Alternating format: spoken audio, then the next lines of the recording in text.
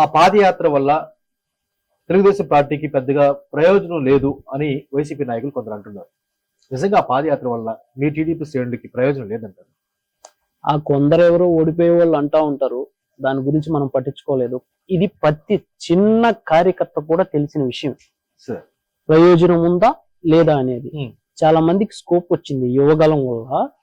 లోకేష్ బాబుని కలిసి పార్టీలో జాయిన్ అయ్యే ఛాన్స్ వచ్చింది.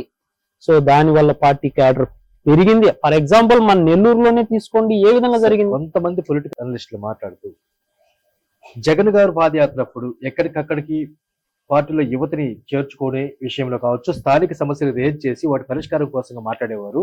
కానీ లోకేష్ దగ్గర అది లేదు, ఎంతసేపటికి ఎదుటి వ్యక్తుల్ని విమర్శించడం తప్ప అని కొంతమంది పొలిటికల్ అనలిస్టులు అంటున్నారు. సో విమర్శలు అనేవి కూడా ఉండాలి. ఇప్పుడు జగన్ అల్లిబల్లి మాటలు చెప్పి గవర్నమెంట్ లోకి రావడం జరిగింది. అప్పుడేమో ముద్దులు పెట్టాడు, ఇప్పుడేమో గుద్దులు ఇస్తున్నాడు. అంతే జరుగుతుంది తప్పితే ఈయన స్ట్రాటజీస్ ఈయనకు ఉంటాయి. ఈయన ఇవ్వాల్సిన సభ మెయింటైన్ చేస్తున్నాడు, ఈయన ఇవ్వాల్సిన హామీలు అక్కడ పరిస్థితులను బట్టి ఇస్తున్నాడు. సో అతనికి మొత్తం రాష్ట్రం అంతా పెట్టుకున్నాడు కాబట్టి కొంచెం ఫాస్ట్ గా వెళ్తూ ఉంటుంది. అలా అని చెప్పి ఎవరిని వదలటం లేదు. అన్ని వర్గాల్ని చూసుకొని అన్ని నాయకత్వాన్ని మమేకం చేసుకుంటూనే ముందుకెళ్తున్నాడు. సో సభ గ్రాండ్ సక్సెస్ అయిందని, పాదయాత్ర కూడా గ్రాండ్ సక్సెస్ అయిందని నేను తెలియజేస్తున్నాను. సో మొత్తానికి ఈ యువగలం పాదయాత్ర వల్ల పార్టీకి బాగా మైలేజ్ పెరిగింది. చాలా చాలా ఎక్కువ పెరిగింది. చాలా ఎక్కువ పెరిగింది పార్టీ. సార్ వెంకటేశ్వర యాదవ్ గారు, ఇందాక మీరు మాట్లాడుతూ తెలుగుదేశం పార్టీ, జనసేన ఈ కూటమి సంయుక్తంగా 140 సీట్ల వరకు గెలిచే అవకాశం ఉందంటారు. పవన్ కళ్యాణ్ గారి పార్టీ ఎక్కడ పోటీ చేసినా, ఈవెన్ ఈ మధ్య రీసెంట్ గా తెలంగాణలో పోటీ చేసినా కనీసం డిపాజిట్లు ధరావతులు కూడా రాలేదు.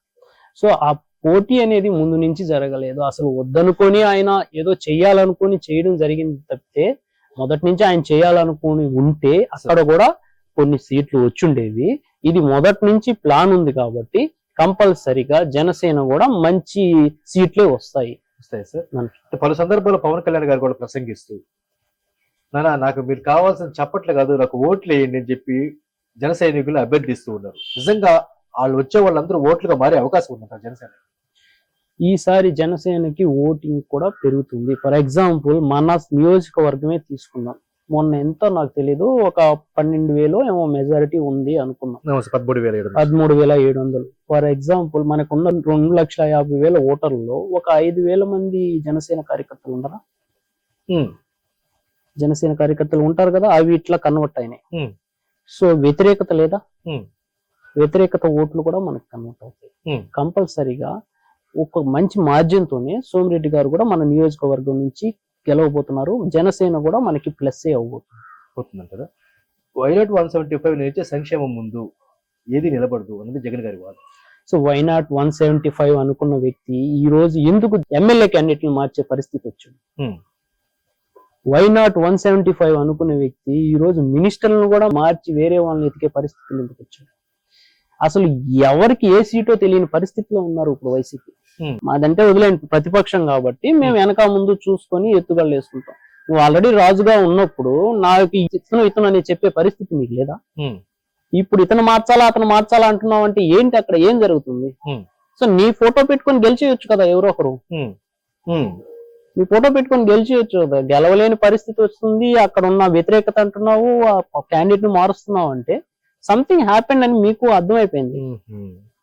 నిజంగా వారి పరిపాలన పైన వారికి నమ్మకం ఉంటే నిజంగా జగన్ గారి ఫోటో పెట్టుకుని విజయం సాధించాలని మీ వాదన. ఎందుకు అభ్యర్థులు మార్చాలి? అంటే ఏదో ఫర్ ఎగ్జాంపుల్ హార్డ్ కోడెడ్ గా ఉన్న ఆళ్ళ రామకృష్ణారెడ్డి గారు ఆయనే రిజైన్ చేసే పరిస్థితులు వచ్చినాయి. ఈరోజు మన నెల్లూరు తీసుకోండి, ఎంతమంది మారిపోయారు.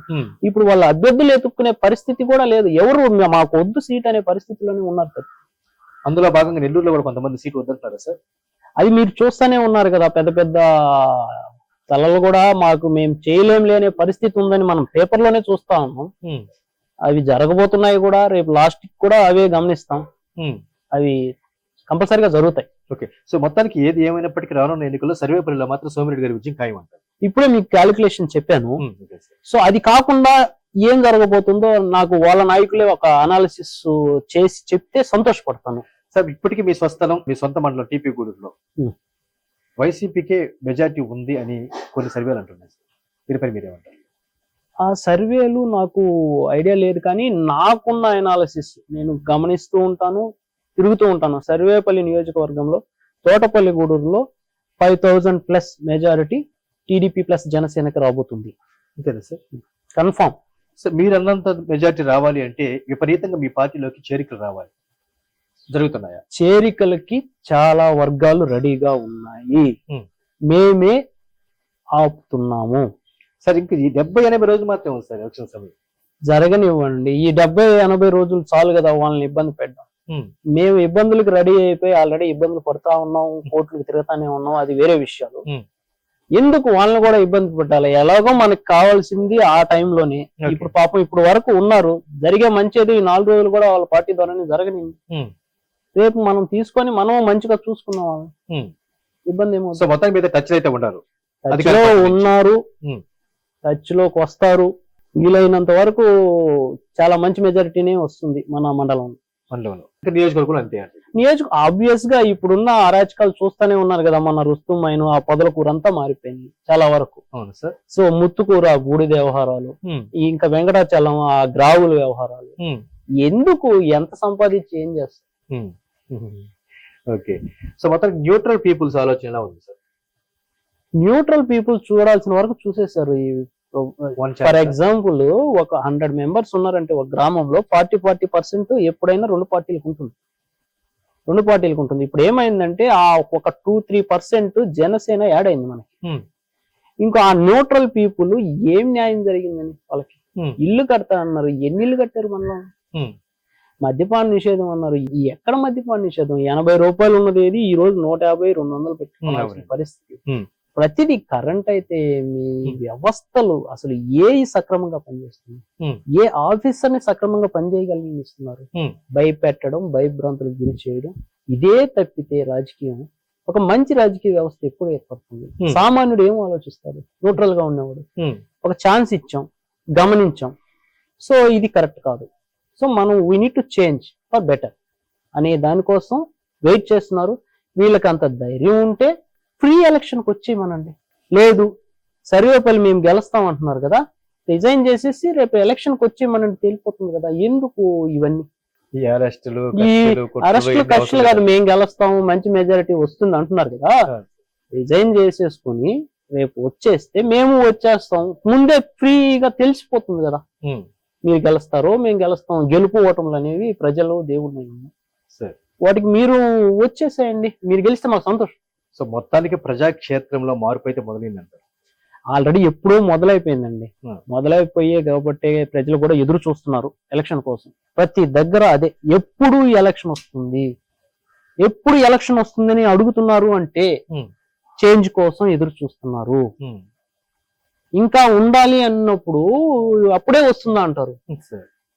ఎప్పుడు వస్తుంది నాయన అంటున్నారంటే చేంజ్ కోసం జనాలు ఎదురు చూస్తున్నారు. సార్ ఇంతకీ మీ యాదవుల మద్దతు తెలుగుదేశం పార్టీకి ఎంతవరకు ఉండే అవకాశం ఉంది సర్వేపల్లి నియోజకవర్గం? సో మా యాదవుల మద్దతు ఎప్పుడు మన సర్వేపల్లి నియోజకవర్గంలో తెలుగుదేశంకే మద్దతు ఉంటుంది. నేను యాదవులనే అంటం లేదు, బీసీ వర్గాలు మొత్తం, బీసీ అయితే ఏమి, ఎస్సీ అయితే ఏమి, ఎస్టీ అయితే ఏమి. లాస్ట్ టైం ఏదో ఒక ఛాన్స్, లాస్ట్ ఛాన్స్ అనే ఉద్దేశంతో వెళ్ళారే గానీ ఫస్ట్ లాస్ట్ ఆయన అడిగింది కూడా ఒక ఛాన్స్. నాకు తెలిసి ఆయన మళ్ళీ ఎలక్షన్ రాకూడదు, మాట మీద మడి మీద ఉండే వ్యక్తి అయితే మళ్ళీ ఎలక్షన్ రాకూడదు. ఒక ఛాన్స్ ఇచ్చారు, ఒక ఛాన్స్ నేను నిరూపించుకుంటాను, 30 ఏళ్ల వరకు స్థిరమైన రాజకీయం చేస్తాను అంటున్నారు ఆయన. సో అది అప్పుడు చెప్పాలి కదా ఎలక్షన్ అప్పుడు, నాకు ఈసారి ఛాన్స్ ఇండి నిరూపించుకుంటాను, నెక్స్ట్ ఉంటానని. నాకు ఒకే ఒక ఛాన్స్ అడిగాడు, ఇచ్చారు, అయిపోయింది. ఇంకా కామ్ అయిపోతే నిలబడకుండా ఉంటుంది. నియోజకవర్గంలో అన్ని వర్గాల ప్రజల మధ్య అయితే సోమిరెడ్డి గారికి ఉన్నారు. సోమిరెడ్డి గారికి ఉంది. ఎందుకు సోమిరెడ్డి గారికి అంత ఇష్టం? ఆయన ఒక నాలెడ్జ్ పర్సన్. ఆయన ఒక తను ఏమంటారంటే అతను మాట్లాడుతున్న ఒక సబ్జెక్ట్ తో మాట్లాడతారు. ఏదో ఒకటి మాట్లాడడం, ఒకరిని ఏదో అనవసరంగా అనడం అటువంటి ఎప్పుడు ఉండరు. ఎవరైనా చదువుకున్న వ్యక్తికి అవతల వ్యక్తి దగ్గర సబ్జెక్ట్ ఉండి మాట్లాడుతుంటే వినాలనిపిస్తుంది. అతను వర్కర్ కూడా. ప్రతి ఒక్కరికి తెలిసిన విషయం ఏంటంటే సోమిరెడ్డి గారు గుడ్ వర్కర్. కానీ ఓటమి గెలుపు అనేవి కొన్ని ప్రయారిటీలు, కొన్ని వెనక జరిగే విషయాల వల్ల జరగచ్చు. కానీ సోమిరెడ్డి గారు అయితే worker. Is a worker, great worker. Not only A worker, is a great and greatest worker. So అందువల్లనే మీరు సోమిరెడ్డి గారి నాయకత్వానికి ఆకర్షితులయ్యారు? మాకు మొదటి నుంచి అభిమానమే అండి సోమిరెడ్డి గారు అంటే. మాకు తెలిసిన నాయకుడు ఎవరన్నా ఉన్నారు అంటే సోమిరెడ్డి గారు. సర్వేపల్లి నియోజకవర్గంలో ఎందరో ఎమ్మెల్యేలు మంత్రులుగా పనిచేశారు. ఎవరికి లేనటువంటి ఆ రికగ్నైజేషన్ ఒక సోమిరెడ్డి గారికి ఉందనుకోవచ్చా వర్క్ విషయంలో? ఎస్, ఇప్పుడు అంతకు ముందు ఆదాల్ గారు వచ్చారు, ఆయన వెళ్ళారు. కాకాని గారు వచ్చారు, 2 టర్మ్లు ఉంటారో వెళ్ళిపోతారో. సోమిరెడ్డి గారు ఓడినా గెలిచినా ఇక్కడే. ఆయనకేం వేరే సీట్ అడిగితే ఎవరా? నాకు సర్వేపల్లి. అతని జీవితం సర్వేపల్లికి అంకితం అంతే. అంతేనా? సోమిరెడ్డి జీవితం సర్వేపల్లికి అంకితం అంతే అంటారా? సో ఏదేమైనప్పటికీ రానున్న ఎన్నికలు ఆయన విజయ ఖాయం అంటారు. కంపల్సరీగా గెలుస్తారండి. మీరు అసలు ఎందుకు డౌట్ పడుతున్నారో నాకు అర్థం కావట్లేదు. ఈ సర్వేలను వదిలేసి, సర్వేలు కూడా రీసెంట్ సర్వేలు చూడండి. నిన్నే ఒక సర్వే చూశాను, దాంట్లో సంథింగ్ ఏదో సర్వే చూశాను, దాంట్లో కూడా 2000 మెజార్టీ అని ఇచ్చున్నారు కదా. సో నేను ఎప్పుడు మొదటి నుంచి చెప్తూనే ఉన్నాను, ఈ సమీకరణలు మారుతున్నాయి. ఆ సర్వే విషయాన్ని పక్కన పెడితే మీరు ఎంత మెజార్టీ గెలిచే అవకాశం అంటారు? సో నాకున్న ఎస్టిమేషన్ ప్రకారం 10,000 to 15,000 లోపల గెలుస్తారు. విజయం ఖాయం, మెజార్టీ కూడా ఖాయం. ఓకే సార్, మీరు ఎంతగానో అభిమానించేటువంటి హార్డ్ వర్కర్, మీ అభిమాన నాయకుడు, ఆరాధ్య దైవంగా మీరు భావించేటువంటి సోమిరెడ్డి గారి విజయం కొరకు మన ఛానల్ నుంచి సర్వేపల్లి నియోజకవర్గ ప్రజలకి, మండల ప్రజలకి ఏమని సందేశం ఇస్తారో మన ఛానల్ ద్వారా ఇవ్వండి సార్. సోమిరెడ్డి గెలుపు కోసం అందరూ ప్రయత్నించండి. మనం ఒక ఛాన్స్ ఇచ్చాం, మోసపోవడం జరిగింది ప్రతి ప్రజలు. సో ఈసారి సోమిరెడ్డి గారికి ఛాన్స్ ఇవ్వండి. మన నియోజకవర్గాన్ని ప్రగతి పదం నడిపించడానికి అందరు సహకారం చేయాలని అందరినీ కోరుకుంటున్నాను. నమస్కారం. Thank you very much sir. మీరు కోరుకునే విధంగా రానున్న రోజుల్లో మీ తెలుగుదేశం పార్టీకి, ప్రత్యేకించి మీ సర్వేపల్లి నియోజకవర్గంలో సోమిరెడ్డి చంద్రమోహన్ రెడ్డి గారికి మంచిగా జరిగి విజయం అందాలని మన ఛానల్ తరఫున సార్ కోరుకుంటున్నాం sir. All the best. Thank you very much. Friends, మీకు కనుక మా వీడియో నచ్చినట్లయితే కామెంట్ చేయండి, లైక్ చేయండి, షేర్ చేయండి. మా రైట్ న్యూస్ ఛానల్ సబ్స్క్రైబ్ చేయండి. ధన్యవాదాలు.